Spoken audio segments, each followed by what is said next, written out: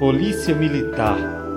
Sobre a nossa polícia militar tão nobre, convite para falar me vem de dentro d'alma. Nela não conta ser feio ou nascer mais pobre, somente proceder convicto e andar com calma. Coragem e firmeza em tudo sempre ter, fronte altiva e um espírito tranquilo e reto. Sublime a missão que nos impõe fazer, acatar a justiça e a lei e andar correto. Procura convencer sem violentar, diria. A desordem e o mal com sua presença forte. É força organizada combatendo o crime, para impor a justiça afronta a própria morte.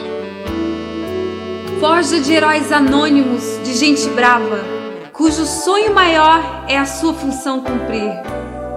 De força e destemor, cheia de brio, escrava, apenas do dever por um melhor porvir. Polícia Militar, nome que faz um poema, berço de gente altiva, destemida e franca. Para o Estado nós somos a expressão serena em defesa do povo, sem distinção de raça.